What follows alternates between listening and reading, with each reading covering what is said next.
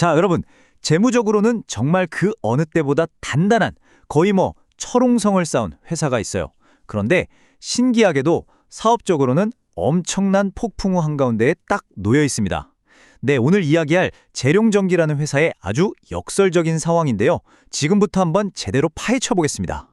그래서 오늘 우리가 풀어볼 핵심 질문이 바로 이거예요. 아니, 어떻게 한 회사가 동시에 더 강해지면서 또 동시에 더 약해질 수가 있을까요? 이게 말이 되나 싶죠? 정말 흥미로운 수수께끼인데 지금부터 그 답을 저랑 같이 한번 찾아보시죠. 오늘 우리가 깊게 들여다볼 회사가 바로 이 재룡전기라는 곳입니다. 전력기기를 전문으로 만드는 곳인데요. 한쪽을 보면 재무적으로는 정말 탄탄하다 대단하다 싶은데 다른 한쪽을 보면 사업 실적에는 빨간불이 번쩍번쩍 켜져 있는 정말 모순적인 그런 상황에 처해 있어요. 이 완전히 다른 두 가지 이야기를 지금부터 하나씩 뜯어보겠습니다. 자, 그럼 먼저 이 회사가 얼마나 단단한지 그 긍정적인 면부터 한번 확인해 볼까요? 바로 재룡전기가 현금으로 쌓아올렸다는 그 막강한 재무적 철옹성 이야기부터 시작하죠.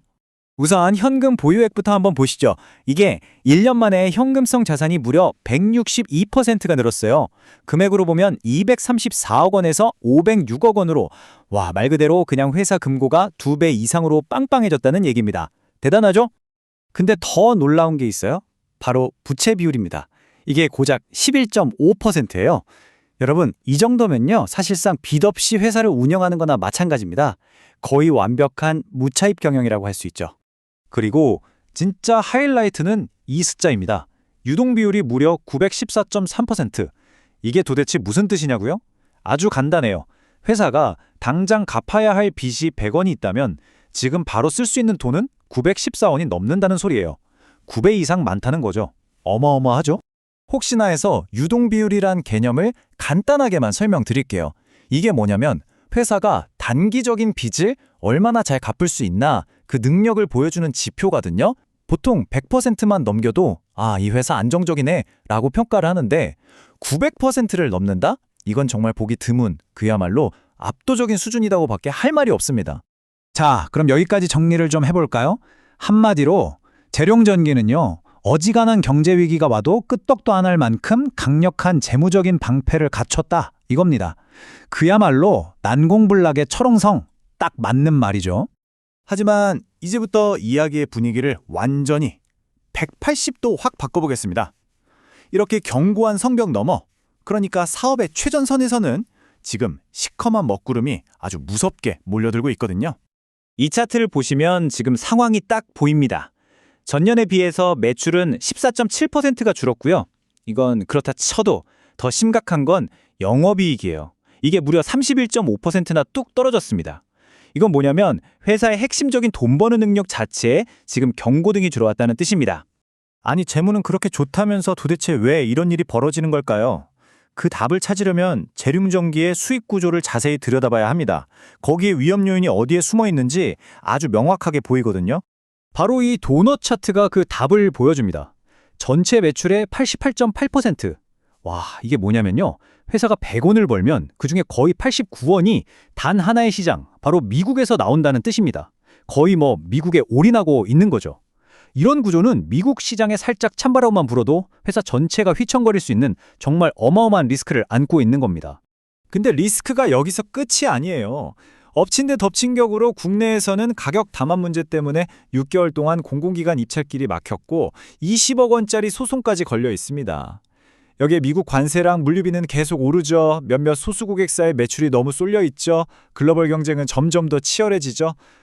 진짜 말 그대로 사방에서 역풍이 불어오고 있는 상황입니다. 자, 여기까지 들어보시면 재룡전기가 지금 얼마나 중요한 기로에 서 있는지 딱 감이 오시죠? 한쪽 길에는 분명한 기회가 보이는데 다른 쪽 길에는 방금 우리가 본 것처럼 아주 치명적인 위협들이 쫙 깔려 있는 겁니다. 지금 보시는 이 화면이 현재 상황을 아주 잘 요약해주고 있어요. 왼쪽을 보시면 반격의 카드가 될 기회들이 있습니다. 예를 들면 낡은 국내 전력망을 교체해야 하는 큰 수요가 있고요. 요즘처럼 달러가 강세인 건 수출 기업엔 호재죠. 또 경쟁력 있는 친환경 제품들도 갖고 있어요. 하지만 오른쪽의 위협들도 정말 만만치가 않죠. 미국이 보호무역주의를 더 강화할 수도 있고 경쟁사들은 막 공장을 늘리고 있고 국내에서는 입찰 금지 때문에 신뢰도가 깎인 게 발목을 잡고 있는 상황입니다. 자, 그럼 이제 이 복잡한 퍼즐의 조각들을 한번 맞춰볼 시간입니다.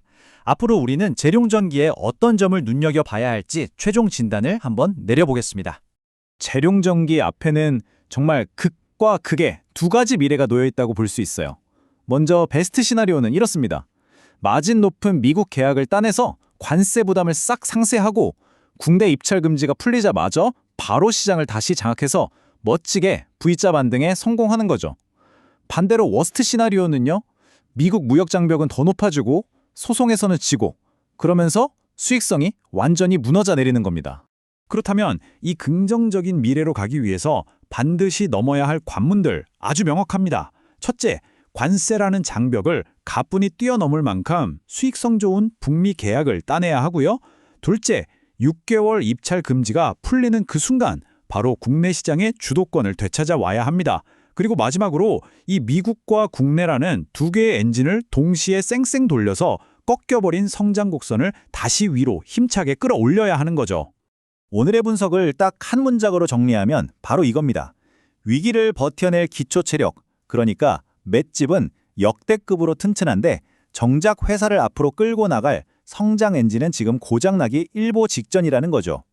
결국 이 엔진을 어떻게든 수리해서 다시 시동을 거는 것, 이게 바로 재룡전기의 가치를 다시 끌어올릴 수 있는 유일한 열쇠입니다.